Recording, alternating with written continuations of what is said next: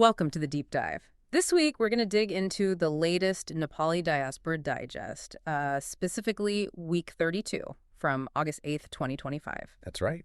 We're here to give you the key highlights, the essential news and developments impacting Nepal and, well, Nepalese people everywhere. Exactly. Think of it as your sort of focused briefing. And the big theme this week, it really seems to be Nepal juggling, a proud upgrade with some pretty pesky speed bumps. Absolutely. You see this real mix. On one hand, huge opportunities like the upcoming graduation from least developed country status, big investments in hydropower. Yeah, exciting stuff. But then you've also got these persistent challenges, surging food imports, market jitters. It paints a really dynamic picture. It really does. And right at the core of the digest this week, there's this really insightful guest essay by Saurav Sharma. It's titled The NHSQ or a Penthouse in Nepal. Provocative title. It is. And it's basically a call to action for the diaspora. Saurav lays out a kind of blueprint, really, for seizing current economic openings, IT, hydropower, wellness tourism, before, that window might close. So a real sense of opportunity, maybe even urgency. Definitely. It frames this moment as a key time for engagement. Okay, well, let's unpack that, starting with maybe the biggest headline number. Nepal's upcoming graduation from least developed country status, LDC status. Yeah, this is a landmark moment set for November 24, 2026. Huge national pride involved. And how does that work? What are the criteria? Well, there are three main ones. Gross national income per capita, the Human Assets Index, that's things like health and education, and the Economic and Environmental Vulnerability Index, which looks at resilience to shocks. Okay. Now, Nepal consistently met the thresholds for the Human Assets and Vulnerability Indexes in the last few reviews, 2015, 2018, 2021. Right. But what's really interesting and kind of unique is that Nepal's being recommended for graduation without actually meeting the GNI per capita target. Oh, really? So they're graduating based on the other strengths. Exactly. The UN seems to be recognizing the foundational progress in human capital and resilience, even if the income per person isn't quite there yet. For you, the diaspora, this suggests a country that's sort of maturing, moving beyond simple aid dependency. It opens doors for different kinds of partnerships, direct investment. Okay, so it's definitely a positive signal, a certificate of success, as you said. But surely there are challenges that come with graduating. It can't all be good news, right? No, you're absolutely right. There are costs. For example, one study from the ITC back in 2022 projected a potential 4.3% drop in exports. Ouch, given the trade deficit already. Precisely. Nepal already has something like a 1 to 10 export-import ratio. Plus, you lose certain LDC trade concessions, preferential access to some aid. We've seen hints of this already. The World Bank, for instance, already adjusted terms, like raising interest rates slightly and shortened loan periods, after Nepal crossed an income threshold for their IDA funding. IDA being the fund for the poorest countries. Exactly, the International Development Association. So moving past that means loans get a bit less cheap or concessional. So how is Nepal planning to manage this transition? They've developed what's called a Smooth Transition Strategy 2024, the STS. It's this big roadmap, 167 specific actions targeting macroeconomic stability, human capital, climate resilience. 167 actions. That sounds ambitious. It is, and that's the real challenge, isn't it? Not just having the plan, but actually implementing all those actions across all the different government agencies, making sure there's accountability. That's the monumental task ahead. A huge coordination effort needed then. Okay, let's shift to focus slightly to another economic pressure point mentioned, the surging food import bill. That sounds worrying. It is, and it highlights a real tension. We're talking Iran's $360 billion, about $2.57 billion US dollars spent on agricultural imports last fiscal year, 2024-25. Wow, $360 billion. How does that compare to, say, the national budget? It's roughly a fifth of the entire budget just on agricultural imports. It's huge. What's driving that surge? Well, part of it is India easing some export restrictions on staples, things like wheat, rice, sugar, onions. That makes imports easier. Okay. But another big factor is Nepal's own re-export business, especially with edible oils. Crude soybean oil imports alone were nearly Rs 109 billion. Re-exports, how does that work? Basically, Nepal uses a loophole in the SAFTA agreement, the South Asian Free Trade Area. As an LDC, Nepal can import raw materials like crude oil duty-free, do some minimal processing, and then re-export it to India with zero tariffs. Ah, I see. So it boosts export numbers on paper. Exactly. It brings in revenue, looks good on the trade balance sheet in one way, Hmm. but the downside is it often discourages producing the raw materials domestically. It undercuts local Nepalese farmers and actually worsens the overall trade deficit when you look deeper. Imports overall hit Rs 1.8 trillion, while exports were stuck around Rs 277 billion. So it raises that question. Short-term trade gain versus long-term food security and supporting local producers. That's the core issue. Experts are really pushing for boosting domestic agriculture, fixing value chains, and maybe even looking again at those SAFTA rules to protect Nepal's food security long term. A complex balancing act for sure. Okay, let's move on to infrastructure and investment. You mentioned this was a real mixed bag. Yeah, definitely a mixed picture. On the bright side, there's been some really significant progress in hydropower. Major financial closure for the 216 MW Upper Seti project. That's about Rs 41.6 billion, aiming for power by July 2031. Why that's substantial? And even bigger, the Budigandaki hydropower project, 341 MW, the largest private sector one yet secured Rs 70 billion in financing from a group of 10 banks. Target for power there is December 2030. So massive investment in hydropower. Huge. Over Rs 110 billion combined in just those two. Plus, the Nepal Electricity Authority, the NEA, is investing heavily, US $320 million in upgrading transmission lines. High-capacity 400 kV lines to improve reliability, reduce those frustrating power cuts. That's definitely positive news. But you said it was a mixed bag. Here's where it gets interesting, right? Where are things getting stuck? Right, here come those pesky speed bumps. The Narayangad-Bukwal road expansion, a national pride project, has just got its fourth deadline extension, pushed back now to July 2026. It's only about 70% complete. Oh, wow. Anyone who travels that road knows the delays. Exactly. It's infamous. Then you have things like the Bailey Bridge over Hewakola on the Mechi Highway. It's on its third attempt to install it, needing Indian technicians to supervise. It just hints at these ongoing struggles with project execution on some fronts. Systemic issues, perhaps. What else? Well, market volatility, too. The Nepal Stock Exchange, NDPSE, took a tumble last week, down 60 points, wiping out Rs 101 billion in paper value for investors. 101 billion. That's a huge amount. It is. Especially painful as it came right after the index had finally crossed the 3,000-point mark, a 4-year high. So a big hit to confidence. And even on a basic level, chicken prices went up to R$3.35 a kilo, even though demand usually drops this season. Apparently, hatcheries cut back production. It all points to this unevenness, this volatility. That unevenness really stands out. Let's zoom in on tourism now, specifically Rara Lake. Sounds beautiful, but maybe not living up to its potential. Exactly. Rara is stunning, no doubt. And visitor numbers are increasing up to nearly 19,500 last fiscal year, from 17,000 the year before. So people want to go. They do. But the problem is the experience when they get there. The infrastructure is just poor. We're talking really rough roads, a serious lack of decent hotels, basically no reliable Wi-Fi or even mobile signal in many spots. Which means people don't stay long or maybe don't come back. Precisely. And the tragedy is the local communities, people in Chinathra municipality, families in the buffer zone, they aren't really benefiting. Homestays are struggling, some closing down. Local crafts and products can't find a market easily. And is their investment planned? What's the holdup? This is the frustrating part.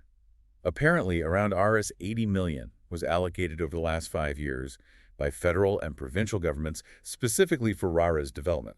Okay, so the money was there. It was allocated, but most of it was frozen or returned unused. The reasons cited: haphazard planning, funds being released too late in the fiscal year to actually spend. It's a classic story, sadly. Funds allocated but not spent effectively. Right. Now, the government is preparing a master plan, and they've allocated another Rs 40 million for this fiscal year. But it just highlights this persistent implementation gap that holds back potential and hurts local people. A familiar story indeed. Okay, moving beyond the economy and infrastructure, let's look at the social and cultural landscape. There's good news on public health, but also some ongoing worries. Yes, a really fantastic achievement first. Bagmati province was officially declared fully immunized. All kids aged 16-23 months got their full set of vaccinations by 15 months. Plus, they launched a digital health program. That's huge progress. That is genuinely great news. It is. But you still see localized issues. Like in Chitwan district, they reported 20 dengue cases and 32 scrub typhus cases in just 10-15 days. It shows that even with province-wide success, you need constant vigilance at the community level. Right, disease outbreaks can still pop up. And then there's the bigger long-term worry about non-communicable diseases, NCDs, things like heart disease, respiratory problems, cancers. They accounted for over 71% of all deaths by 2019, up significantly from 51% in 2010. And treatment costs are rising too, putting a strain on families and the health system. A major long-term challenge. Now, here's a topic that might surprise some listeners. Gandaki province is looking at legalizing marijuana farming. Yes, it's a really interesting policy discussion happening there. They've drafted a bill, but it comes with some very strict proposed rules. Like what? Well, for starters, only Nepalese citizens could actually cultivate it. If there's foreign investment, Nepalese partner must hold at least 51% ownership. No one under 18 can be involved in the business. So tightly controlled. Very. And sales would be restricted only through a specific cannabis board or licensed drug manufacturers. There are also hefty licensing fees proposed, ranging from 5,000 rupees just to apply, up to 17.5 million rupees for things like processing or sales licenses. So it's not a free-for-all. It sounds like they're aiming for a controlled, regulated industry. Could be an interesting space for, say, specialized diaspora investment or research, maybe. Potentially, yes. It signals a move towards exploring new, regulated economic avenues. Okay. From potential new industries to new tech tackling old dangers. Tell us about this AI system for landslides. Yeah, this is quite exciting. It's an AI-powered early warning system being piloted in two areas, Kimtang in Nuwakot and Joytinagar in Toding. How does it work? It basically crunches data from various sources, rainfall patterns, ground movement sensors, local observations from people on the ground, even satellite imagery to predict potential landslides weeks in advance. Weeks. That's a significant lead time. It is. And it's designed to be a low-cost, high-impact solution. What's also great is the community involvement. They mentioned a primary school teacher, Bina Tamang, who actually helps collect local data points. It combines tech with local knowledge. That's brilliant. But sadly, not all challenges have such high-tech fixes. The digest also includes a really somber story about farmers in Madhesh province. Yes, this is truly tragic. Madhesh province has been suffering from a severe lack of rainfall.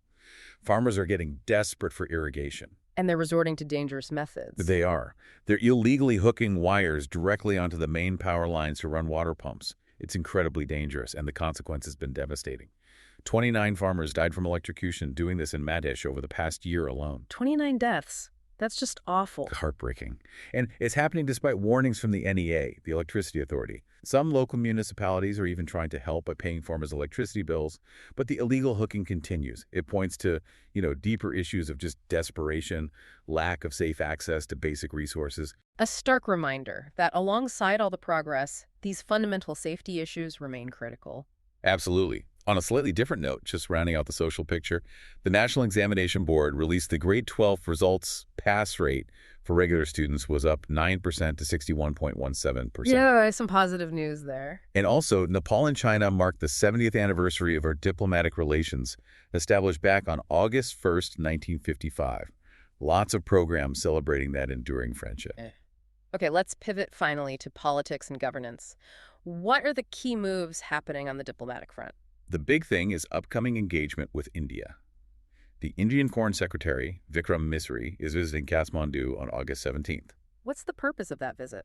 It's mainly to prepare for Prime Minister KP Sharma Oli's potential visit to India, which is tentatively scheduled to start around September 16th. So laying the groundwork, what might be on the agenda? They'll be finalizing the agenda for the PM's visit, but also likely discussing potential agreements. One key one mentioned is a Mutual Legal Assistance Agreement, or MLA, specifically for criminal matters. An MLA, what does that involve? It's basically a formal treaty allowing India and Nepal to help each other with criminal investigations. Things like sharing evidence, tracking suspects, possibly even extraditions. For countries with an open border like theirs, it's a pretty important tool for tackling cross-border crime, like trafficking or financial fraud more effectively. Makes sense. Anything on the border itself? Yes, the Boundary Working Group has apparently agreed to try and complete most of the outstanding border demarcation work within 3 years.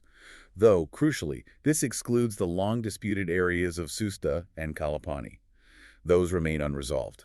Okay, so progress on process, but the toughest spots remain. And what about internal government focus? Well, internally, there seems to be a real push for getting things done, especially on the budget. The Deputy PM and Finance Minister, Bishnu Prasad Paudel, has apparently given a strong directive to all the government secretaries. What was the message? Basically, prepare your action plans now and implement this year's budget strictly. He's demanding measurable results, signaling much tighter oversight from the finance ministry. It suggests a real push to speed up project delivery and make sure money allocated actually gets spent effectively this fiscal year. Right. Trying to tackle that implementation gap we talked about earlier. Exactly. Translating plans into action on the ground. Okay, before we wrap things up, just a quick mention for any of you listening in the UK. If you're looking for jobs, housing, community events, or Nepalese-owned businesses, do check out balayat.uk. It's a classifieds platform specifically for the Nepalese community there. Just a helpful resource we wanted to flag. Yeah, a good community hub online. So as we finish this deep dive, the picture that emerges is pretty clear, isn't it? Nepal is definitely on the move. For sure. Lots of change happening. Yeah, you've got these significant opportunities, especially with the LDC graduation coming up.